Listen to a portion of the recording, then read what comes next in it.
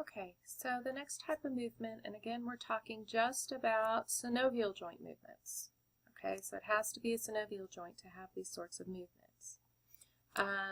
So one thing is going to be changing the angle between two bones. So let me demonstrate this. Okay, so again, here's my sheet of, here's one bone, here's the other bone, and here you notice the bones are closer. Here they're farther away. That's moving it angularly, so you could move it that way. You can move it in different planes, but in any, and notice the tip of the pencil stays stationary.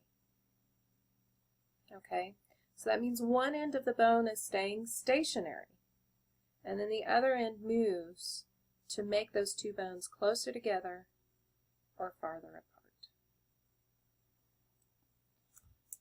Okay, so the first ones that I'd like to talk about, you can put this into three categories. One, flexion, extension, hyperextension. The other is going to be abduction, adduction, and then the third is circumduction. And so the differences really is that flexion, extension, and hyperextension means you're changing the angle in the sagittal plane. Okay? Abduction and adduction means that you're changing the angle in the coronal plane or the frontal plane. Okay? And then circumduction is its own special thing. Okay?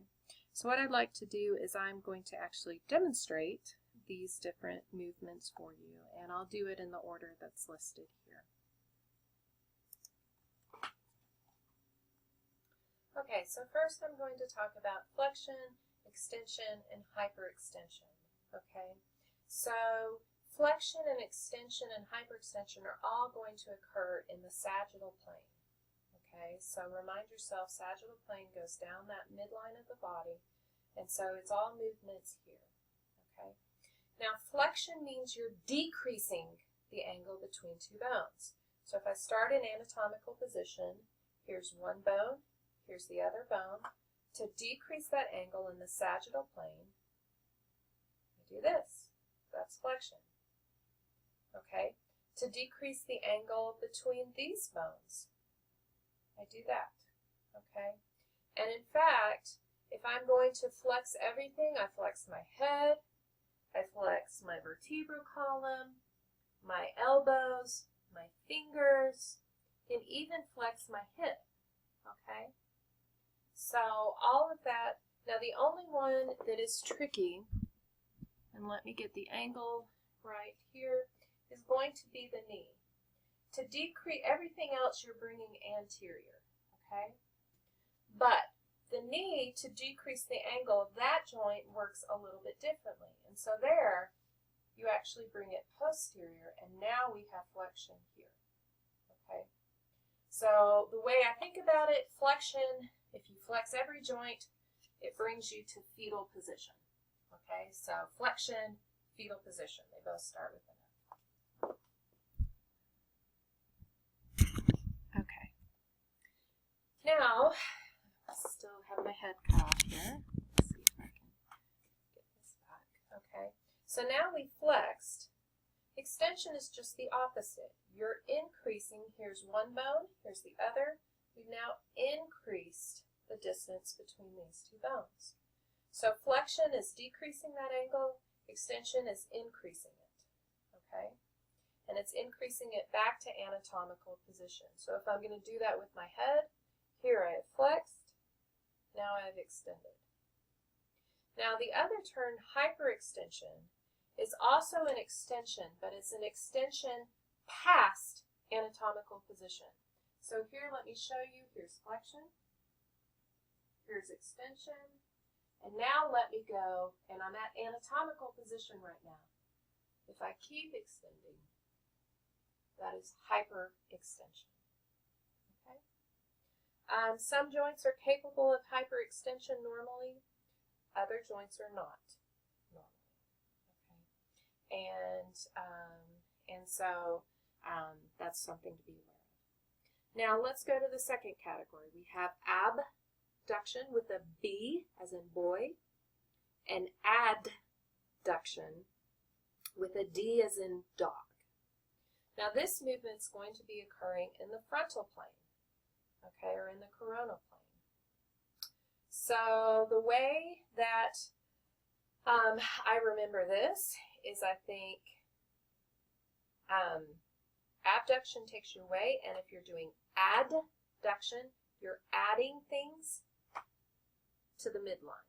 So here is my midline, and if I'm going to adduct my shoulder joint, I have added to the midline.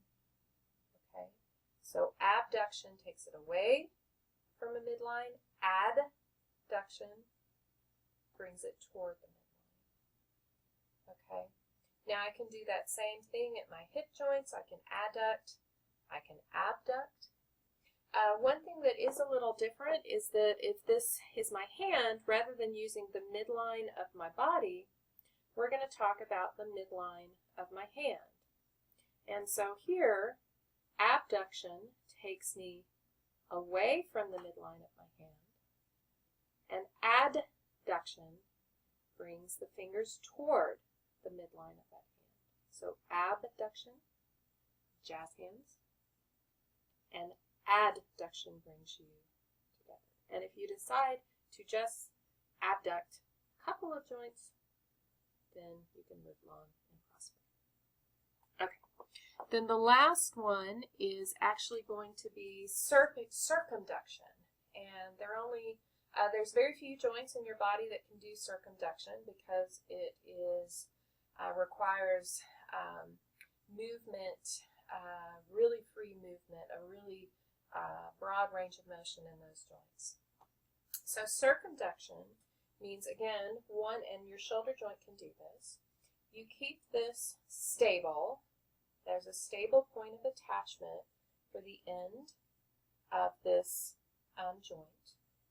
And then the other joint, other part of the bone, moves in a circle. So you keep one end stationary and the other moves in a circle. So I think circumduction sounds a lot like circle. Okay?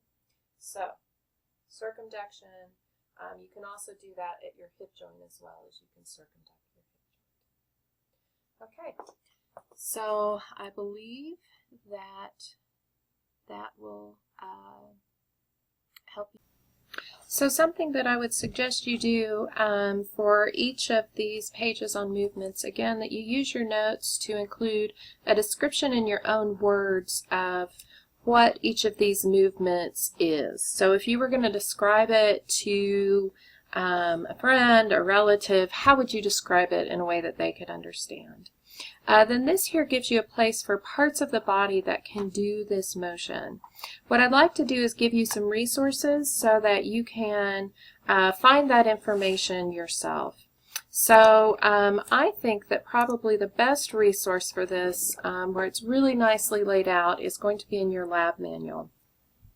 And so what you can do is this table, it's here on page 170 in your lab manual. There's also another table on the next page on 171. It gives you the joint, it tells you the bones that are there, and it's going to tell you the structural type. Okay, so if it's fibrous, and particularly we're talking about the skull, so it's a suture, well, it tells you also the types of movements allowed. Well, it's synarthrotic, which means no movement. Okay, but what you can do is you can go here to these synovial joints, and then it's going to tell you over to the side what type of movement can happen. So if we go here, we can see that atlanto-occipital, that's where the occipital bone meets atlas, that first vertebra. And we can look over here and we can see it's diarthrotic, it's synovial, so that makes sense. And it's capable of flexion, extension, circumduction, and then a couple of other ones that we haven't yet talked about. But this is a great place to be able to go through, skim through, and be able to see for yourself what are the types of joints that accomplish each of these types of motions. And so that would be my suggestion here, is that you go through, look through those charts and fill in the parts capable of these motions in each place, so that you start to get a sense of not only how is the body put together, but then how does it move? What movements are possible? And particularly if you go into some sort of field, physical therapy, or something of that nature, this sort of information is going to be really critical for being able to understand how the body's put together, how it moves, and then further training will help you understand disease states and how to help people given what's normal in those places.